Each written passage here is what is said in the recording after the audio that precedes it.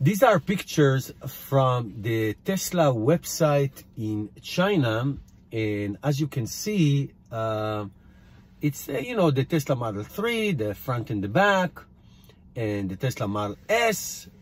Well, I don't read Chinese, but I assume that this is talking about these cars. But then you have this rendering, and this is not somebody's rendering. This is actually on the Tesla website. This is a Tesla rendering, and Elon Musk discussed in last time he was in China to when he handed the first Tesla Model 3 to a non-Tesla employee, that Tesla is going to open a design studio in China that is going to design cars and produce them in China for the Chinese market and worldwide.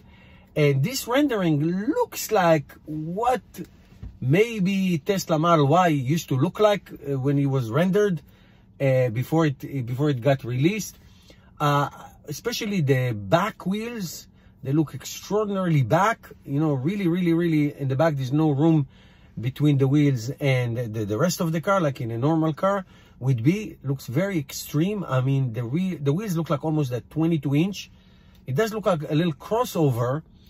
But I don't know if it's a rendering or a final design of a future Tesla car. However, I think the biggest news is the fact that Tesla put it out there on their website, on the Chinese website, with this rendering. Now, I have to say something about Tesla. Their prototypes are extraordinarily similar to the final production. That was the case in all their cars. That when they were introduced in a big reveal, the final version looked very similar to what it is. It's not the case in car manufacturing. Okay, so I'll continue to follow this interesting news for you. Thank you guys for watching. If you have any information that you know or anything that you can share with us, that would be great. Thank you guys.